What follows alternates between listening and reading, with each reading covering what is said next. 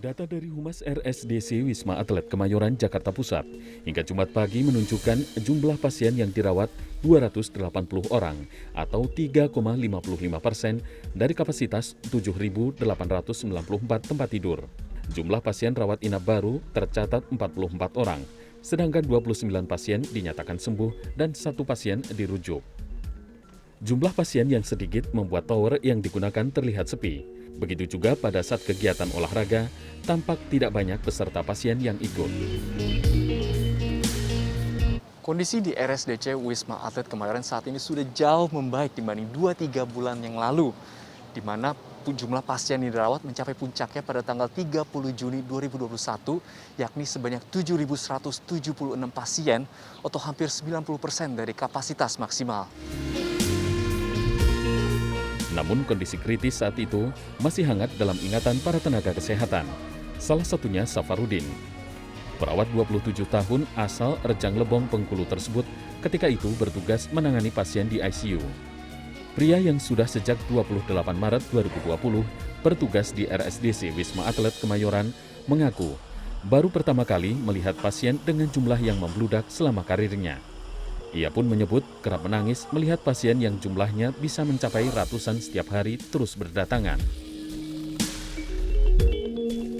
Saya seorang perawat pasti sangat sakit ya, karena ada beberapa kali terjadi itu sempat ada anak yang usia 10 tahun sampai sujud sama saya minta tolong ibunya diselamatkan. Itu sangat teriris sebagai seorang nakes di sini melihat keadaan kondisi seperti itu. Pengalaman serupa dialami Natasha Anjasmara, dokter jaga di IGD RSDC Wisma Atlet Kemayoran asal Bali yang berusia 22 tahun. Perempuan yang semula tidak mendapat izin dari orang tuanya untuk bekerja sebagai sukarelawan itu menceritakan 4 atau 5 dokter harus menangani ratusan pasien IGD dengan kondisi serba terbatas. Kan dari yang kita punya kapasitas 30 orang, kejadiannya bisa 1 sampai 140 orang.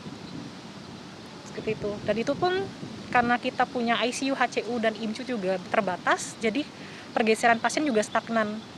Pasiennya nambah terus, tapi nggak bisa naik. Nah, jadi IGD itu jadinya suatu tempat yang memang kacau balau. Para tenaga kesehatan bersyukur kini kondisi sudah membaik dan jumlah yang dirawat terus menurun. Jumlah tenaga kesehatan yang bertugas mencapai 2.300 orang, bahkan lebih banyak daripada jumlah pasien yang dirawat. Meski begitu, jumlah kesehatan akan terus dipertahankan untuk mengantisipasi ancaman gelombang ketiga. Nakes adalah tetap standby sesuai dengan kebutuhannya, karena kita tetap sesuai arahan pimpinan, kita harus tetap standby sampai benar-benar COVID ini dinyatakan sudah tidak ini lagi. Para tenaga kesehatan berharap masyarakat tidak terbuai oleh kondisi pandemi yang membaik dan senantiasa mematuhi protokol kesehatan untuk mencegah penularan COVID-19 yang telah merenggut lebih dari 140.000 nyawa itu. Arya Dita Utama, Andriawan Saputra, Jakarta.